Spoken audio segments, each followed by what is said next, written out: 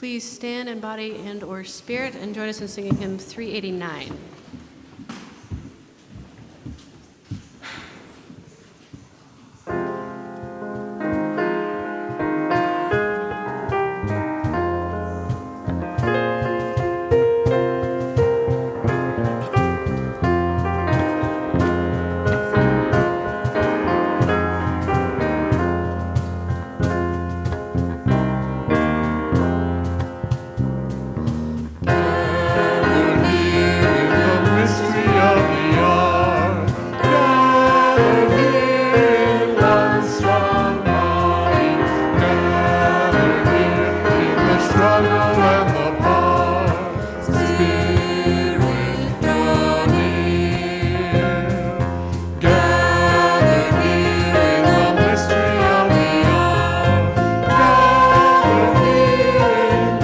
Strong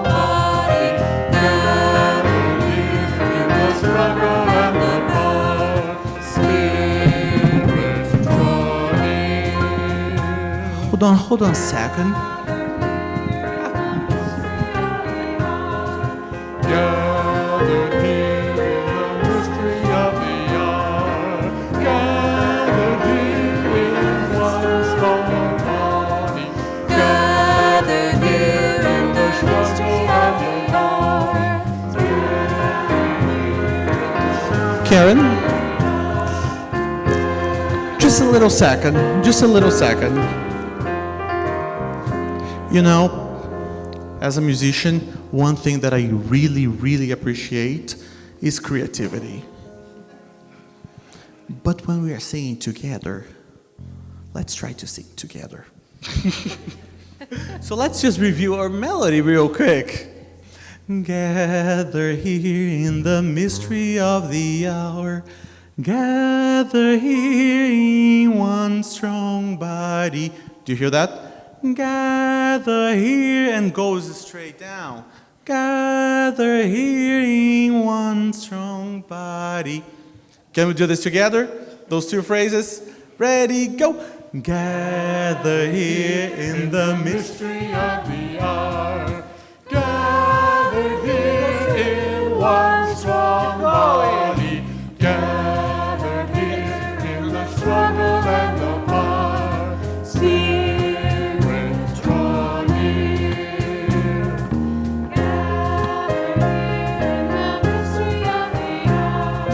Gathered here in the mystery of the hour.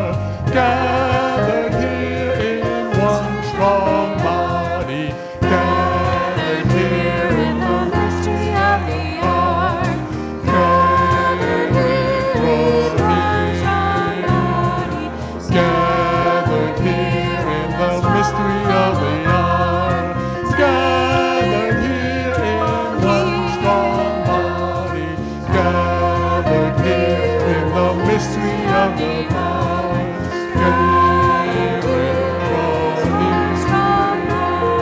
Spirit, draw near. Spirit, draw near.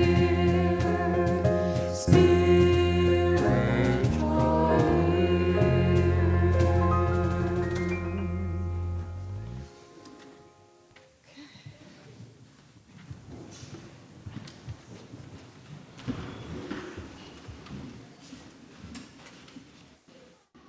Welcome to Second Unitarian Church. I'm Pat McKenna, a member of the Board of Trustees, and my pronouns are she and her. Today we are in person at the Admiral at the Lake, the 2U Sanctuary, and continuing to meet virtually via Zoom. We're glad you're here whichever way you're attending. If you're in the sanctuary and would benefit from noise-canceling headphones, we have one pair for adults and one pair for children. You can see the tech team in the back there. As we navigate varying needs for health and wellness, particularly related to COVID, we welcome you to wear a mask. We have masks available at the table in the Palmer Room. We especially welcome newcomers and visitors today.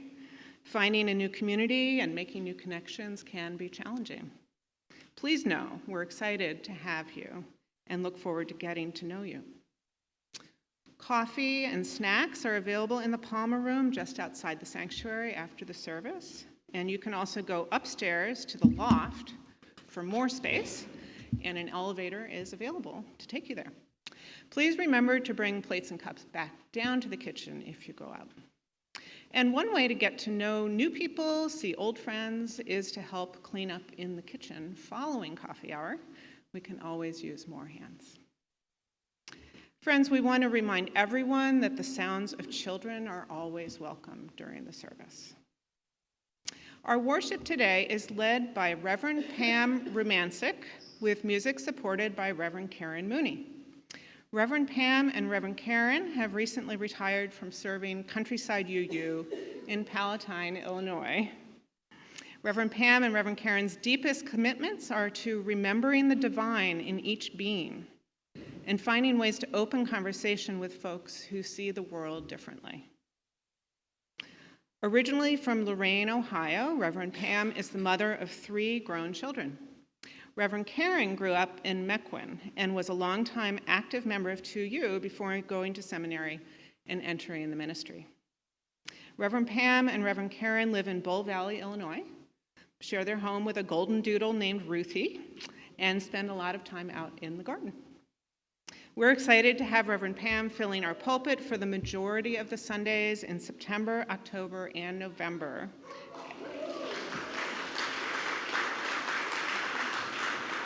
And she'll be doing that as we await the arrival of our new contract minister and previous sabbatical minister, Reverend Allison Farnham.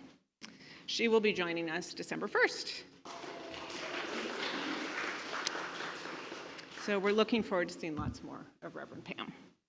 Sanjeev Sarwate is our worship associate. Music is provided by 2U's Director of Music, Gabe Barbieri, with extra help from Reverend Karen. There she is, right in front of me.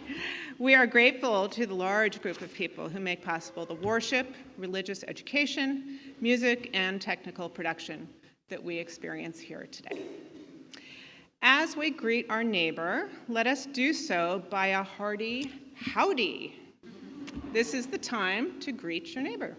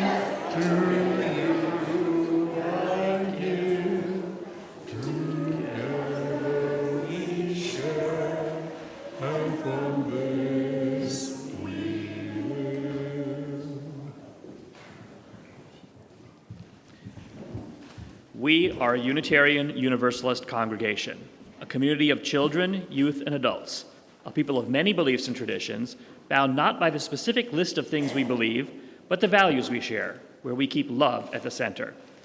Whether you are joining us for the first time or the 1,000th time, you are welcome here. Whether you believe in God some of the time, all the time, or none of the time, you are welcome here. Whatever your race, whomever you love, whichever way you move in the world, however much money is in your pocket, whatever your beliefs about ketchup and hot dogs, you are welcome here. I invite you, when you feel ready, to take a breath in and out. Please rise in body and/or spirit and join in singing our congregational hymn, Spirit of Life.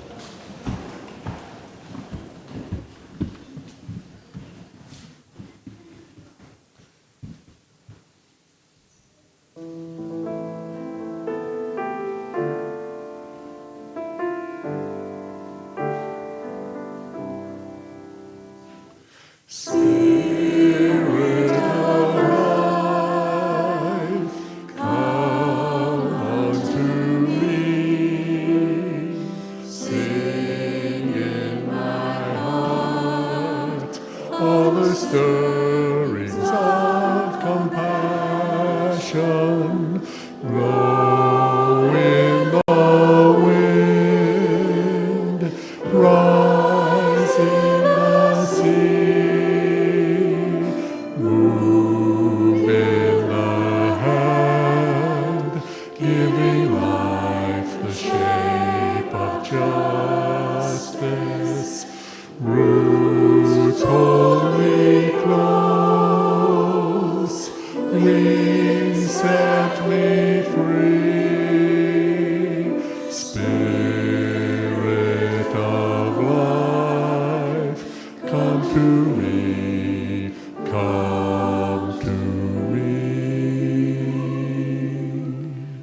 Please remain risen and join me in reciting our covenant. We covenant to build a community that challenges us to grow and empowers us to honor the truth within ourselves. We will be generous with our gifts and honest in our communication, holding faithful to a love that embraces both diversity and conflict.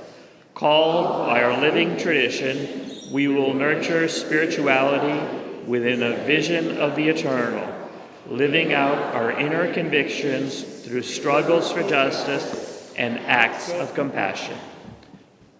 You may be seated.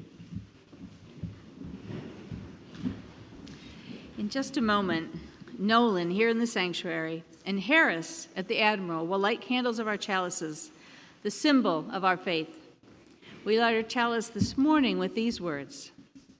And so we gather from the ebb and flow of our lives, thirsty for connection to ourselves, thirsty for connection to one another, thirsty for our connection to the larger life. As we light this chalice, may all who gather here be filled with hope and joy, filled with compassion and love. Here, may we be filled so that we may pour ourselves out into the world. Now please rise in spirit or body and join in singing our opening hymn, 1000 in the blue hymnals, Morning Has Come.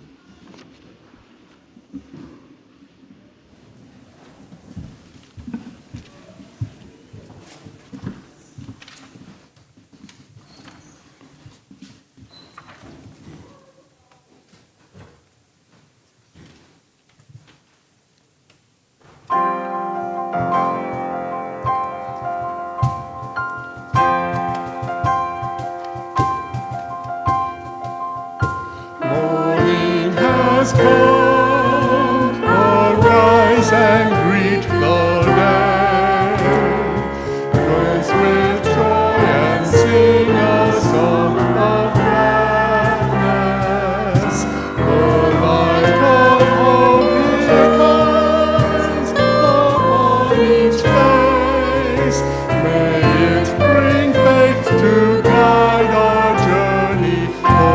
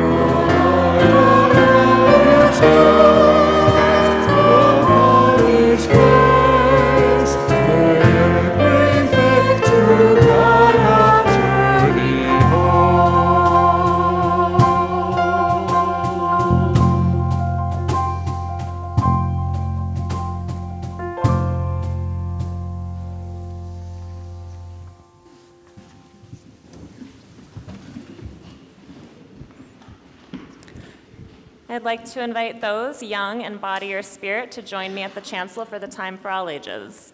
We'll go on this side today.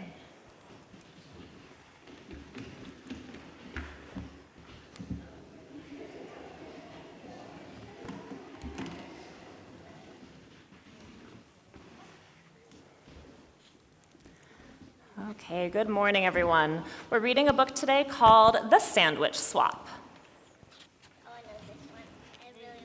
You know this one. You knew last week's book, too. It all began with a peanut butter and jelly sandwich. And it ended with a hummus sandwich. Selma and Lily were best friends at school. They drew pictures together. They played on the swings together. They jumped rope together. And they ate their lunches together. But just what they ate was a little different. Lily ate a peanut butter and jelly sandwich every day for lunch. Salma ate a hummus and pita sandwich every day for lunch. And although Lily never said it out loud, she thought Salma's sandwich looked weird and yucky. She felt terrible that her friend had to eat that icky chickpea paste every day. Ew, yuck. And although Salma never said it out loud, she thought Lily's sandwich looked strange and gross. She felt just awful that her friend had to eat that gooey peanut paste every day. Ew, gross. Then one day, Lily just couldn't hold back those pesky thoughts any longer. "Your sandwich looks kind of yucky," she blurted out. "What did you say?" Salma asked, thinking she must have misunderstood her friend. "I said, your sandwich looks yucky."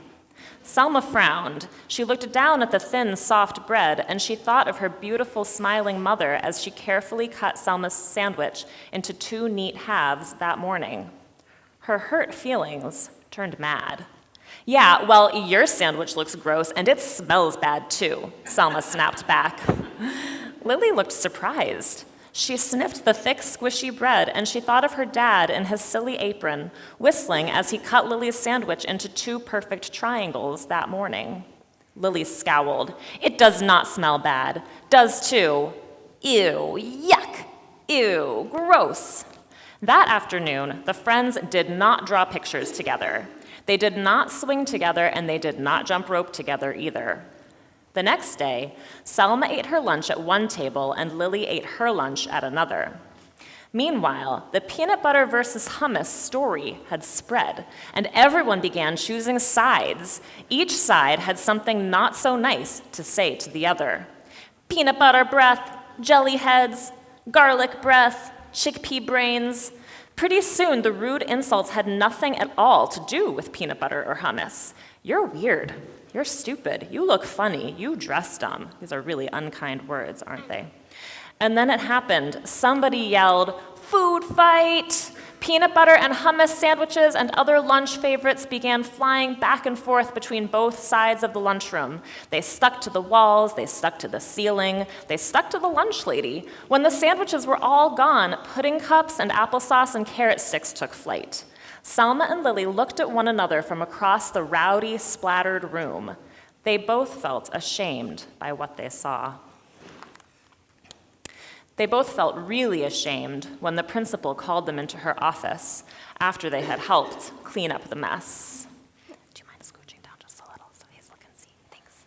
The following day, Salma set her lunch down across from Lily's. The 2 girls nibbled on their sandwiches in silence. Finally, Lily got up the courage to speak. "Would you like to try a bite of my peanut butter and jelly?" Salma grinned. "Sure, why not? Would you like to try my hummus and pita?" Lily laughed. "I'd like that. On the count of 3? Okay, on the count of 3. 1, 2, 3. Yummy! Hey, this is delicious. And this is heavenly." The girls giggled and hugged and traded sandwiches. After lunch, Salma and Lily met with the principal again. This time, they were there to suggest a very special event for the whole school. And that's how it all began with a peanut butter and jelly sandwich and ended with a hummus and pita sandwich. What is the special event for the whole school? Yeah, Malachi. They're eating outside. Yeah, and what else can... Sandwiches. Yeah, absolutely, eating outside, switching sandwiches. Anyone want to add anything that they see in this picture? Yeah, Hazel. I see flags. Yes, absolutely. Any idea what the flags might mean? Where they live. Where they live, or maybe where their families are from, or their cultural traditions are from? Or they're from to. Yeah, absolutely. Yes, this looks like a big potluck to me, where people are invited to bring dishes maybe that represent their family or cultural traditions. I'm noticing a Japanese flag with some sushi in front of it. I'm noticing an Italian flag with some lasagna or something in front of it. So people are invited to share something from their traditions and try things that other people like. And maybe you do? That's awesome. And maybe discover things that they've never tried before. And they might like it, and they might not, and that's okay. So this book is about food, right? But I think this extends to all sorts of other things. Give me a thumbs up if you've ever met someone that liked something or did something or wore something different than you. Yeah, absolutely, we all have. And then maybe you get to try out the thing that they're doing, or maybe you don't, but either way, it's okay that they do things or celebrate holidays or wear clothes or eat foods that are different from you. Because we all have different cultural traditions, we all have different families, and we all have different preferences, right? And PB&J. Yes, absolutely, me too. I love pita with hummus, and I also love PB&J. I bet many of you might agree with that. All right, my friends. Thank you. Leo, did you have something to share? He's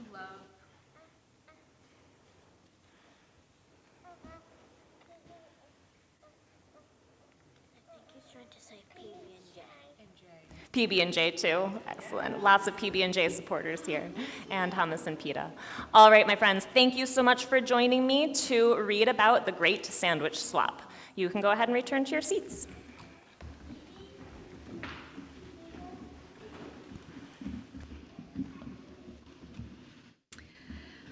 Thanks so much. That was beautiful. Every year, everyone in this church makes a commitment, a pledge, to support the ministry of this church. In addition to those contributions, each Sunday we take a collection so that we can share with those who are doing justice beyond our church community. To make your contributions, you can send a text to the number on the screen, which will be up, or you can be found in your virtual order of service. For those of us in the sanctuary, we will pass the collection plate around. For those you're welcome to add your change cash checks to the plates. For the month of August, we are sharing our plates with the Unitarian Universalist Prison Ministry of Illinois, which supports UUs in Illinois working to transform institutions and also to partner with and support people who have been harmed by the prison industrial system. Today, we will hear a social justice minute given by Alicia Obando.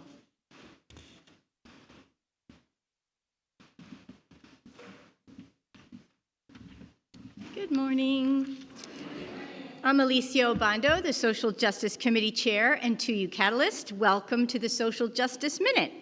Did you know that our social justice ministry is made up of 4 ongoing programs this year? All right, let's see. Quiz. Can you name any of these ongoing projects?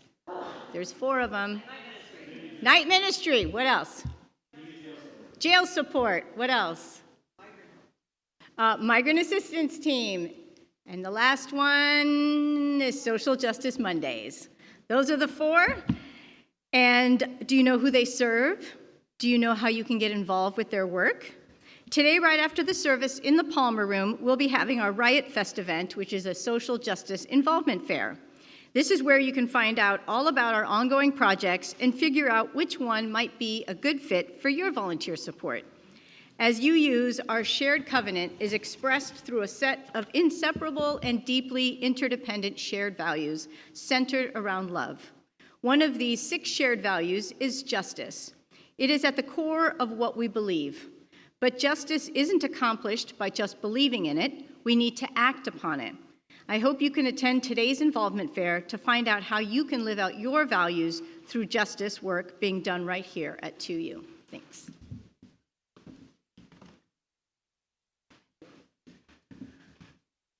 Now I invite you to join me in reading our offertory words. This church is the community of ourselves.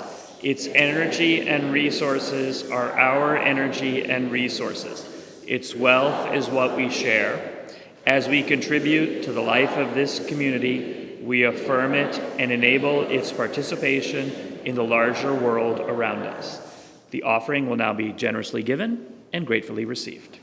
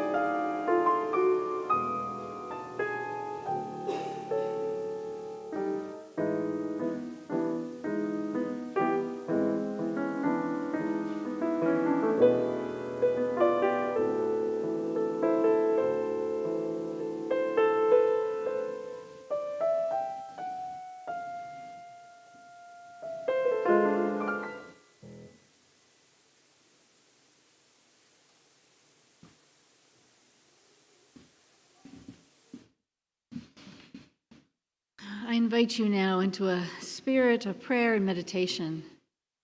Settle into your chairs, put your feet down on the earth, take a deep breath in, and then exhale, allowing any anxiety that you may have brought with you this morning to just go down through your legs, the bottom of your feet, out into the rich, dark earth below us. Our words are from Michelle Collins. Someday, the world's pain floods through us like water through a broken dam. Every headline, every cry of distress becoming our own. We come here, thirsty for the wisdom to care without drowning, to love without losing ourselves in the undertone of others' sorrow. Come, let us seek together the steady foundation from which true compassion flows. That foundation of being connected to one another, to the earth, and to this community. Wherever you are this morning, you are held in love by this blessed community. And we express that during our ritual candle lighting of joys and concerns. You're invited to come up and light a candle for something that is resting in your heart that might be too tender to be spoken aloud. In Second Unitarian and here in the sanctuary, you're invited to come forward and light a candle. For those at the Admiral, I invite you to come forward and put a pebble from one bowl and hold it tightly to allow your energy to go into the stone, and then knowing that your joys and concerns will be shared, to drop it lightly into the other bowl.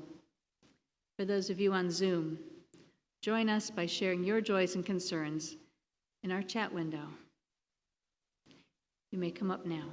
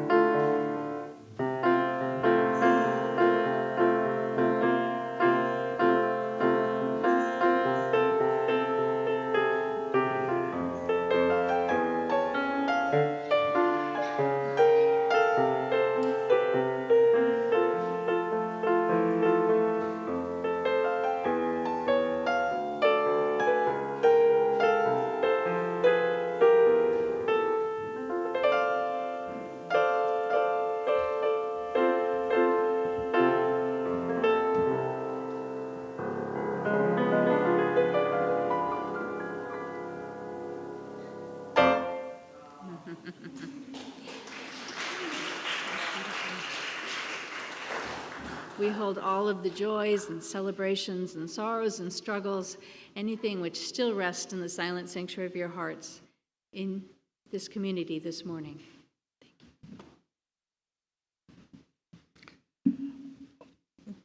Our reading today is from Galaxy and the Ground Within by Becky Chambers.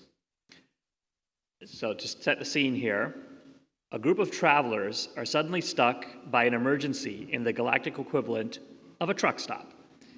Widely divergent in both experience and species, they bond over common misfortune and learn ways to find empathy and compassion for folks they hadn't included in their us before. The conversation that follows is one of their bonding points. You know, on the subject of humans, there's something I've long wanted to ask someone about, Roveg paused and thought. Cheese. Is that a real thing? Pei interrupted in laughter. She said, yeah, stars, cheese is real, unfortunately. Roveg was both delighted and horrified by her answer. No, really? He said. This was finally enough to coax Tupou out from under the table. What's cheese? Speaker cocked her head. I second the question. Oh, please don't make me explain this, Pei groaned. The Akarak leaned back in her cockpit. Well, now you have to, she said. Pei set down her plate and exhaled apologetically. Cheese, she said in a clinical manner, is a foodstuff made out of milk. Ulo blinked. You mean like, she gestured at her own underbelly, where her mammary glands presumably lay between thick fur. Yep, Pei said. Exactly that. So, a children's food? Speaker said, her tone suggesting this struck her as no stranger than the concept of milk itself. Roveg laughed. Come on, he said to Pei goadingly. He continued to snack, enjoying the show. Pei winced. No, she said to Speaker, it's not for kids. I mean, kids eat it too, but so do adults. Everyone present, with the exception of Pei, let out a reflexive sound. There were low growls from Ulo and Tupou, a short trill from Speaker. Roveg, for his part, let out a triple-clicked hiss, a brief cacophony of varied species, all communicating the exact same thing. Complete and utter disgust. Wait, so how? Speaker made a hesitant face. I'm going to regret this question. How is it prepared? Pei grimaced. They take the milk, they add some ingredients, and then, she shut her eyes, they leave it out until bacteria colonize it to the point of solidifying. The cacophony returned. I knew I'd regret it, Speaker said. Roveg laughed and laughed. I'm so glad I asked about this, he said. Have you eaten it? Tupou asked. Not if my life depended on it, Pei said. But I forgot the worst part. Pei rubbed her neck with her palm. They don't make cheese with their own milk. They take it from other animals. At that, chaos broke out.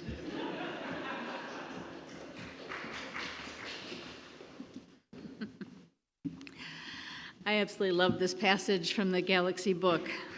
Such a simple thing, cheese. But it's also a way to see how other beings might look at us from the outside. We humans find so many ways to make people other or weird, be it like the things they eat or the clothes they wear, the traditions they observe, or the way they see life. We divide by cultures, represented sometimes by heritage foods, which is weird because food is also a great connector. Today, tacos are almost as American as hot dogs, maybe a sanitized Taco Bell version, but still, you can get them everywhere. Growing up, I lived in Lorain, Ohio, which claims to be an international city. Boasting a steel mill and 2 auto plants, we grew up with so many different folks with different places of origin. There were Irish and Croatian and Slovak and Italian clubs, as well as a Puerto Rican and a Mexican areas of the city. Almost a tiny version of Chicago. But I remember the first time I tried tacos for the very first time. It was a fundraiser for Jimmy Carter held at the Hispanic El Corazon Sagrado Church.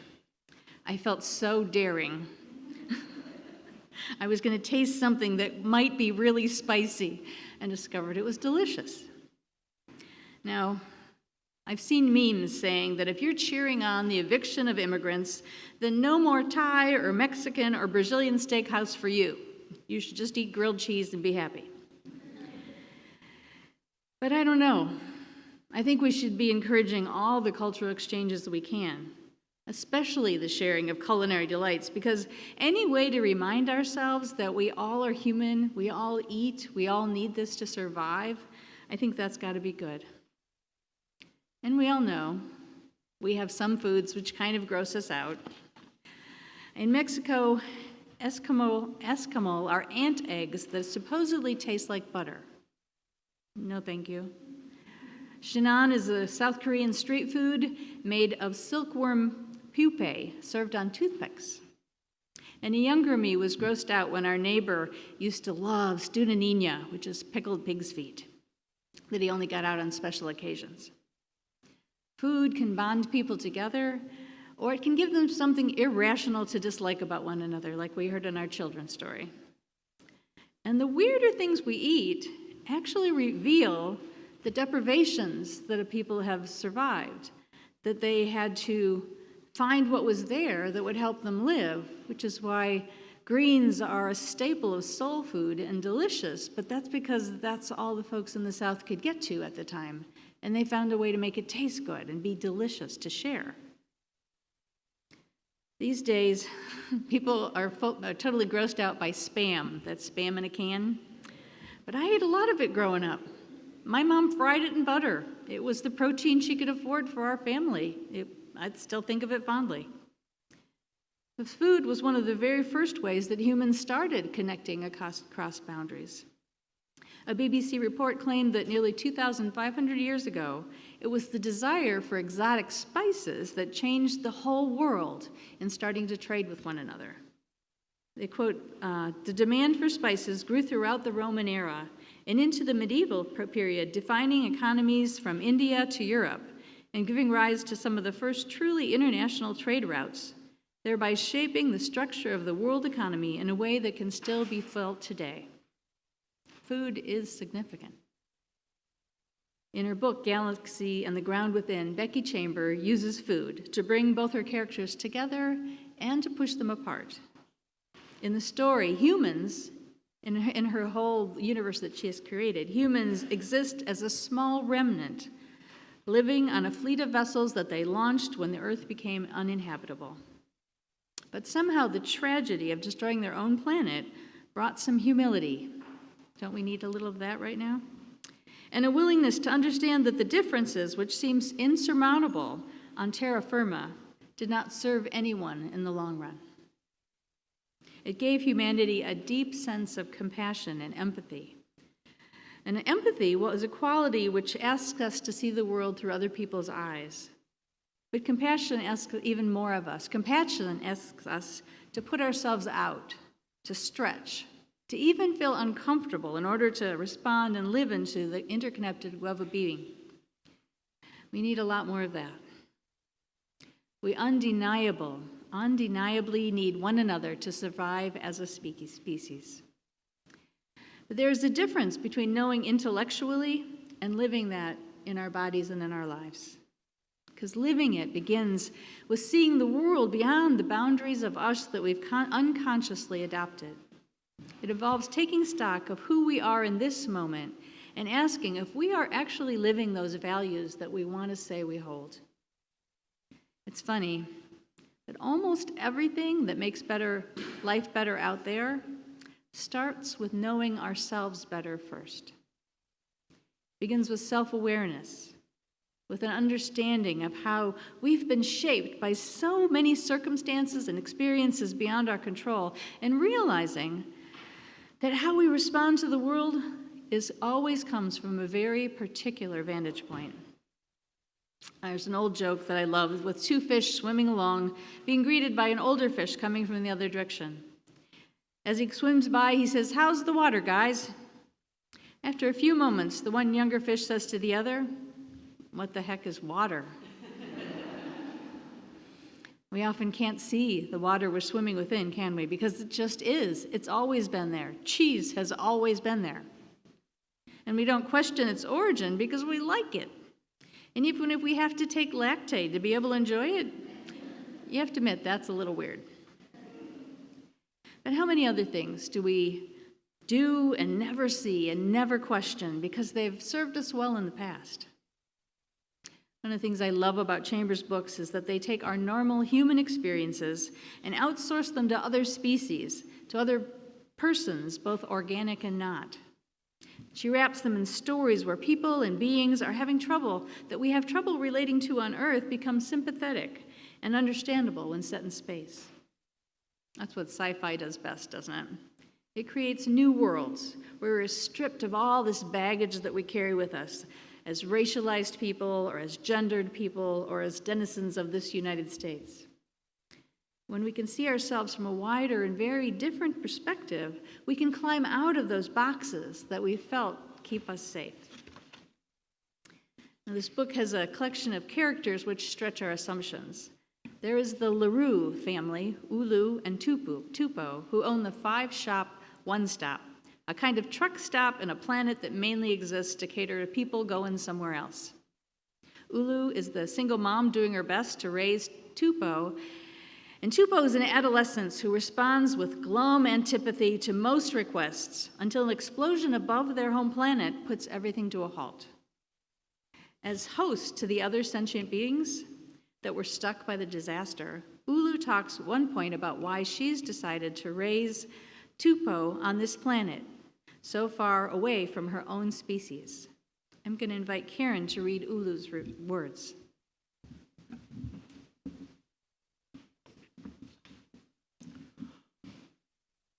Ulu says, "We don't use the term species toward ourselves.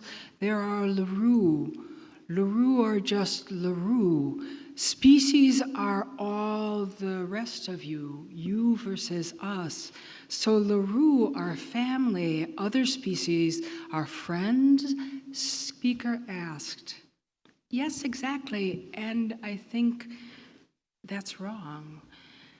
We are here to benefit from all the rest of you, to learn everything we can and become part of your lives and follow your example. And then you must be blood and bone too. You must also be family. I wanted Tupo to understand that, to truly understand that you give Xi a childhood full of nothing but other species. What other better education than that? Speaker wonders if Tupo, such an open experience of childhood, Xi will never understand the core beingness of LaRue? Oh.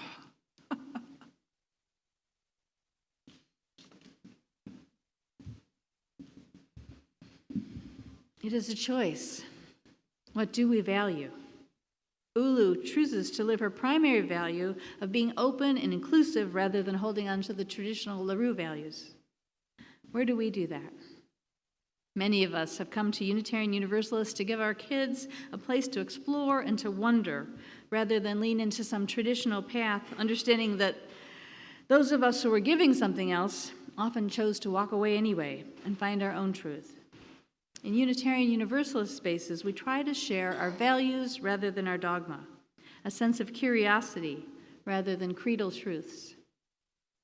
Another viewpoint was brought forth by Pei, an Aeluan and one of the more privileged species in the galactic community. Both beautiful to look at and very social, the Aeluan have many mores which Pei pushes back against because she's become involved, gasp, with a human. Here's some wisdom that Pei has to offer. You had to pause in the face of reflex. Ask yourself if the narrative you attached to the knee jerk was accurate. Once she'd grasped this, she could never again see life as a static thing, something with one immutable definition. The universe was not an object, it was a beam of light, and the colors that it split into changed, depending on whose eyes were doing the looking. Nothing could be taken at face value. Everything had hidden facets, hidden depths that could be interpreted 1,000 ways, or misinterpreted in the same manner. Reflexes kept a person safe, but they could also make you stupid. I love that observation.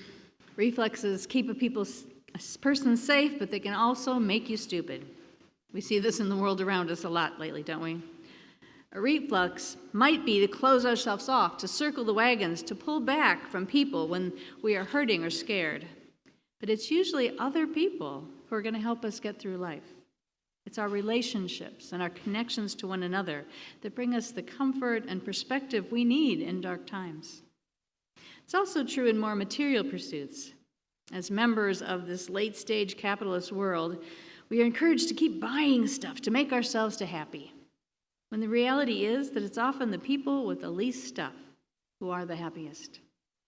Our reflexes might tell us that acquiring will help, but stopping and really paying attention, especially to our connection to the natural world, that might be the true place of respite and calm. Another voice from the book is Speaker. This sapient finds herself on the outside of even such a diverse group of beings because her experience has been so different. Her people do not breathe oxygen and have to exist out in this world in a mechanical suit. It both helps with both different mobility needs and offers a safe space to breathe. Talk about a metaphor. Speaker wrestles with how much work it takes her to fit into the mixed species gatherings, things none of the others even recognize, much less appreciate, until the very end of the story.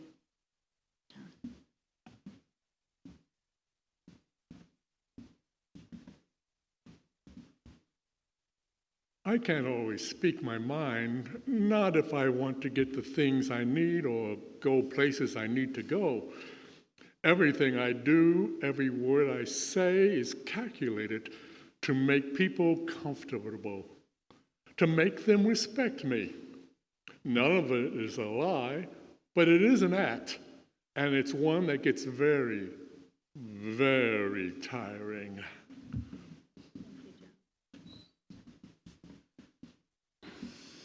I think we can imagine the perspective felt by many individuals in culture today. Maybe it's been your experience, especially with the push to move us back to 1957, when popular culture only recognized straight white males and everyone else got along as best they could.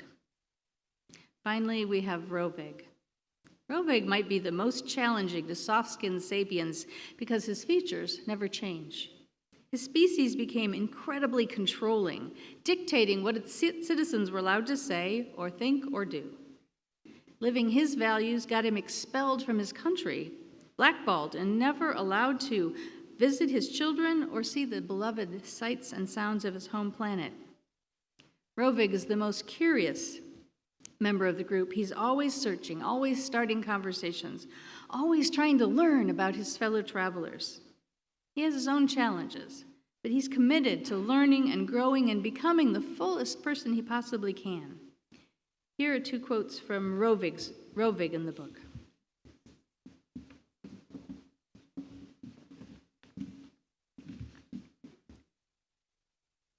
There is only one absolute to the universe. Rovig relatively sure of that, and the fact there are no absolutes. Life was fluid gradient, ever shifting.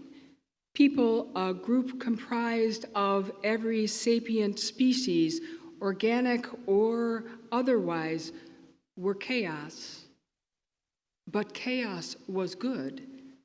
Chaos was the only sensible conclusion. There was no law that was just in every situation, no explanation that accounted for every component. This was the core belief of all Rovig did and said and made. He'd given up everything for it, and he would do it again. And my second observation, convenience was morality's most cunning foe.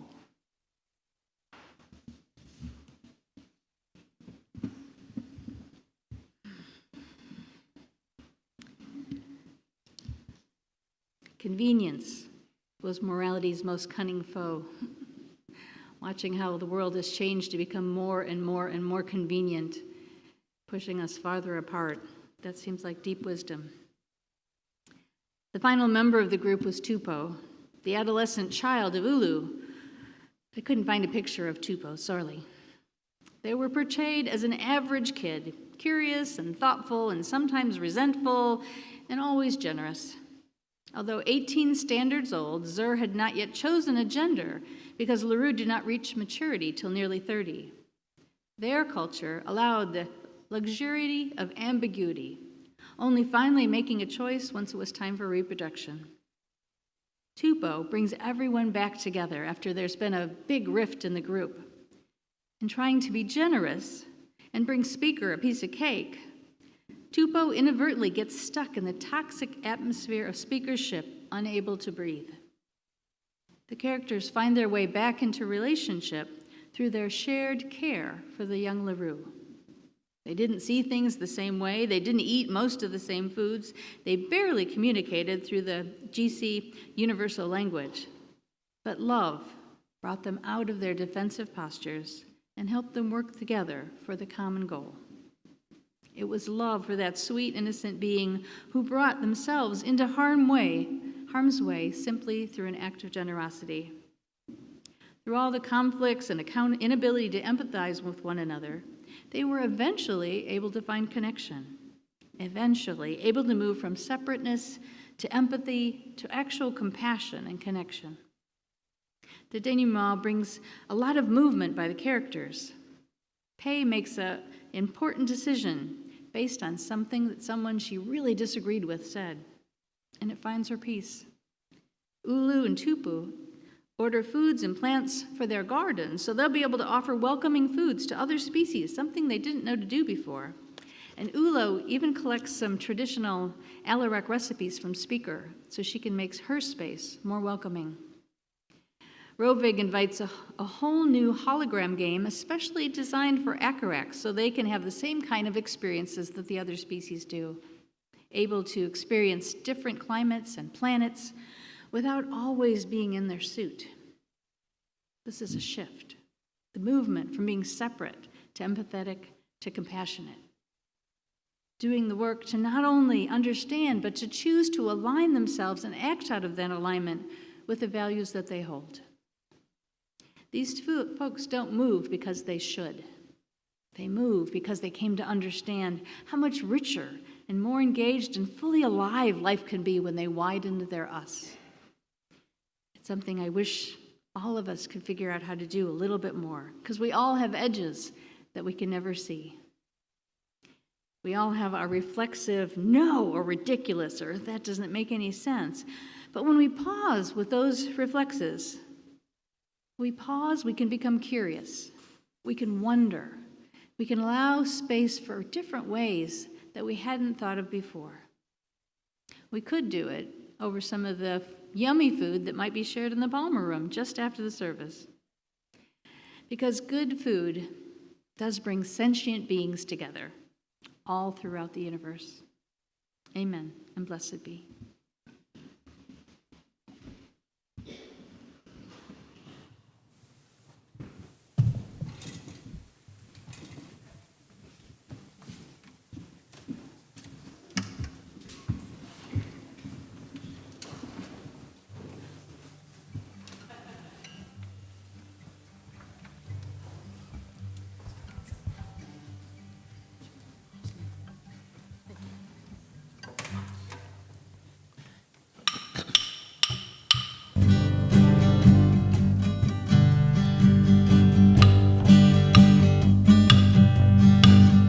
Sometimes I'm right, I can be wrong, my own beliefs are in my song.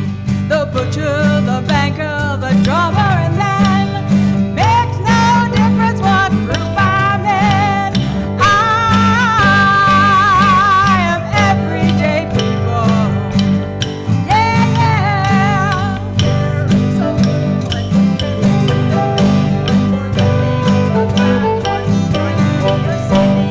Different strokes for different folks, and so on and so on, and Scooby-Dooby-Doo.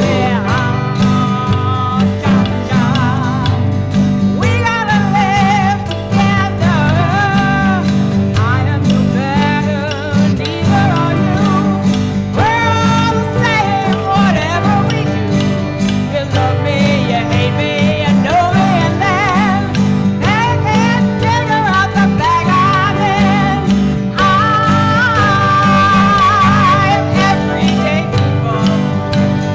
Yeah. There is a long one who doesn't like the short one, who's living the rich one and doesn't want to help you. So on and so on, and Scooby-Dooby-Doo. We gotta live together. There is a yellow one that panics at the black one that panics at the red one that doesn't like the white one. Different strokes for different folks, and so on and so on, and Scooby-Dooby-Doo.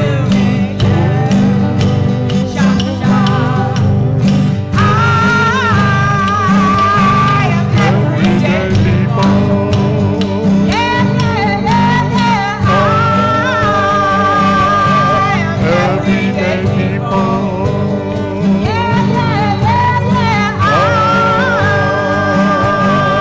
Everyday people.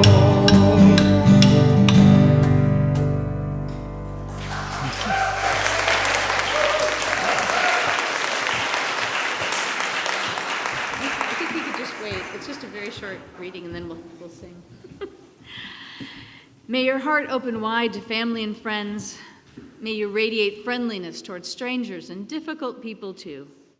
May you see those who suffer in the eyes of compassion. And may you offer a sincere wish of kindness to all creatures in existence, even yourself. May you know the tenderness of turning your attention in the direction of love over and over and over again. Now please rise in spirit or body and sing our closing hymn, number 1018 in the Teal Hymnals. Come and go with me.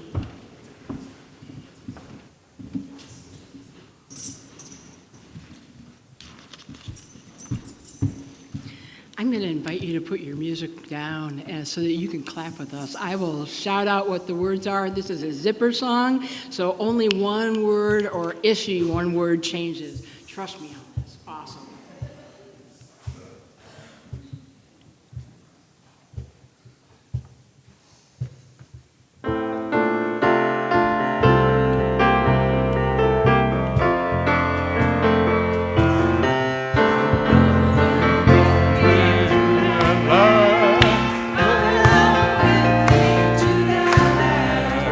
Come and go with me to that land when I'm grown.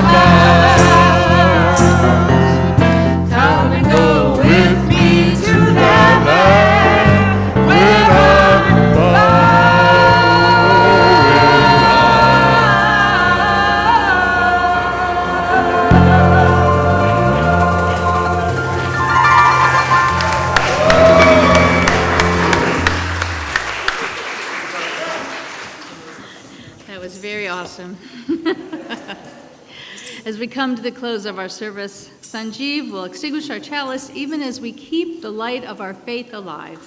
I invite you to rest your hands upon your heart or clasp the hands of those you share your life with, or those beyond your current circles. Imagine that we are all widening our vision, our care, and our love to include the whole of creation as we find our place among the stars. Go in peace and surpassing love. Amen. Blessed be.